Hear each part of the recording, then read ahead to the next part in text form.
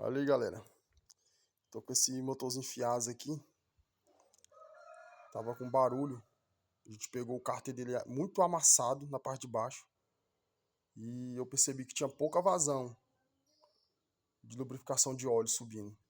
O que eu fiz? Eu abri o cárter, troquei a bomba de óleo, coloquei outro cárter e testei novamente. E o carro persistiu.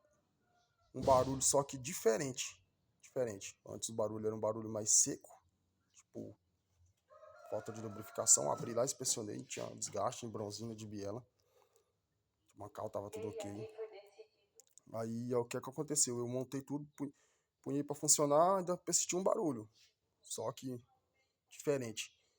E como tinha muito barulho, eu não notei esse barulho aí.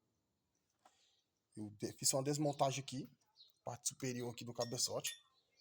Aí logo na desmontagem eu percebi que tinha uma folga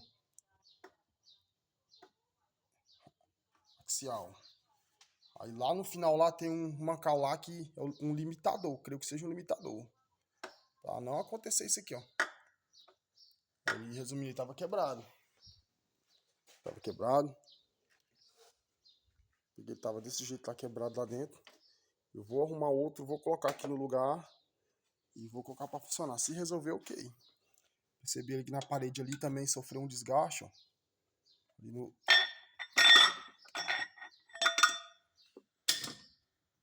Ó, dá pra notar, ó. Na câmera a gente não consegue ver profundidade, mas tá bastante profundo lá. Aí eu não vou mexer aqui, tem muita borra, não vou mexer, deixar quietinho, porque a gente já abasteceu o óleo novo. Se mexer aqui vai ter que trocar o óleo novamente. Não vou mexer nessa carbonização aqui por hora. Vou montar, fazer os testes aqui. Se a gente autorizar, a gente desmonta tudo, descarboniza aí. Tá resolvido o barulho do motor aqui.